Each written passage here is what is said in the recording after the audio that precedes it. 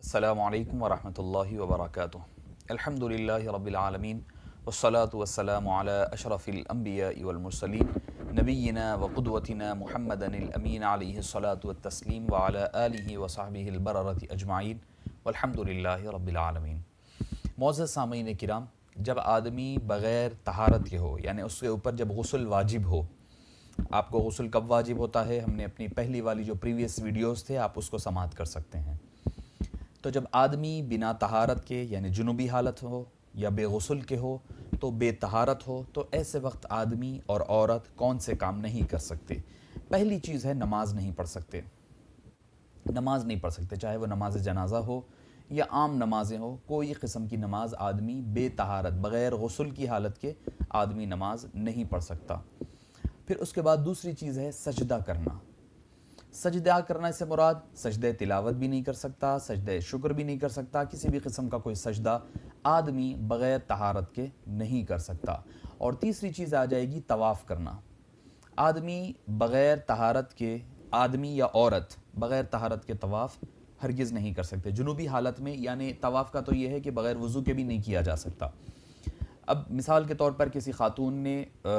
طواف عمرہ شروع کیا تھا، یا طواف کر چکی ہے یا طواف کر رہی ہے، دوران طواف اگر اس کے پیریڈز کا آغاز ہو جائے تو ایسی صورتحال میں اس کا طواف نامکمل رہے گا۔ ہاں، البتہ سعی کے حوالے سے ہے کہ اگر کسی کی طواف مکمل ہو چکا ہے تو وہ چاہے تو وہ سعی اس کی مکمل کر سکتی ہیں۔ چوتھی چیز یہ ہے کہ قرآن کریم کو چھونا، پڑھنا قرآن پڑھنے کے ارادے سے بالکل جائز نہیں ہے۔ قرآن کریم کو اگر کوئی جزدان کے ساتھ بغیر طہارت کے چھوتا ہے تو اس کی اجازت پھر بھی ہے، مگر بغیر جزدان کے قرآن کریم کو چھونا یا قرآن کریم کی چاہے وہ ایک آیت ہی کیوں نہ ہو پڑھنا بالکل جائز نہیں ہے۔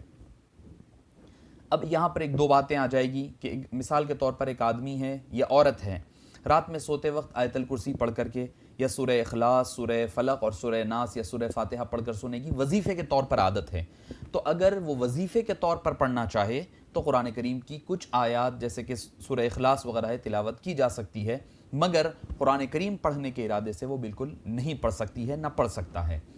اور آئیے پھر ایک خاتون ہے جو معلمہ ہے، یعنی جو حفظ بچیوں کو کراتی ہیں یا پڑھاتی ہیں، تو ان کے لیے یہ جائز نہیں ہے کہ مکمل ایک آیت نہ پڑھے، بلکہ آیت کو توڑ توڑ کر کے ایک ایک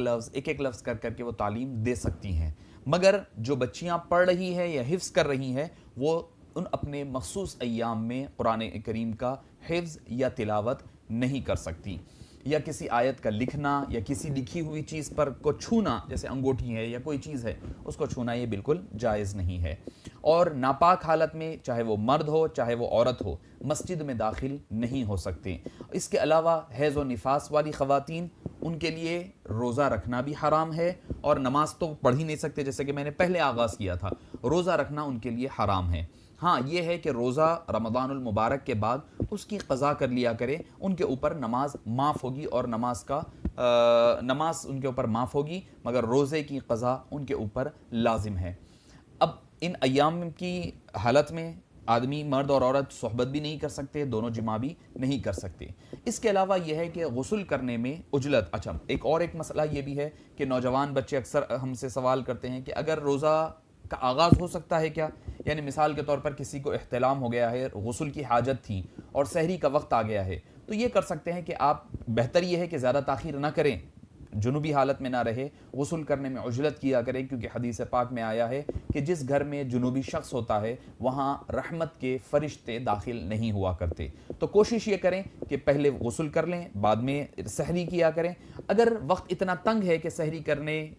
یا پھر غسل کرنے کا دو میں سے کوئی ایک آپشن ہے تو آدمی سحری کر لے، سحری کے فوری بعد غسل کر سکتا ہے، فجر کی نماز سے پہلے کر لیں، بہتر ہے، چونکہ فجر کی پھر جماعت چھوٹ جائے گی، تو غسل کرنے میں تاخیر نہ کرے۔ اگر کوئی روزے کی حالت میں صبح سو کر کے اٹھے اور اس کو احتلام ہو جائے یعنی ویٹ ڈریم ہو جائے، تو ایسی صورتحال میں روزے پر کوئی اثر نہیں ہوگا، اسے چاہیے کہ جلد سے جلد وہ غسل کر لیا کریں۔ ایک اور بات آخری کہہ کر اپنی گفتگو، آج کی ہماری گفتگو ختم ہوگی، وہ یہ کہ بھئی اکثر خواتین بھی یہ سوچتی ہے کہ بچوں کی پیدائش کے بعد نفاس کے جو ایام ہوتے ہیں، یہ سمجھتے ہیں کہ 40 دن مکمل ہوں گے تو چھلا ہوگا، تب جا کر کے ہم غسل کرنا پڑے گا۔ یہ بات بالکل غلط ہے، 40 دن تک انتظار ضروری نہیں ہے، جیسے ہی ان کے ایام ختم ہو جائیں یعنی ان کا نفاس کے ایام ختم ہو جائے، پیریڈ ختم ہو جائے، انہیں فوری طور پر غسل کرنا ہوگا اور اسی کے ساتھ ہی روزہ اور نماز کا آغاز کر دینا ہوگا۔ وصلی اللہ تعالی وسلم علی سیدنا محمد وآلہ وصحبہ اجمعین والحمد للہ۔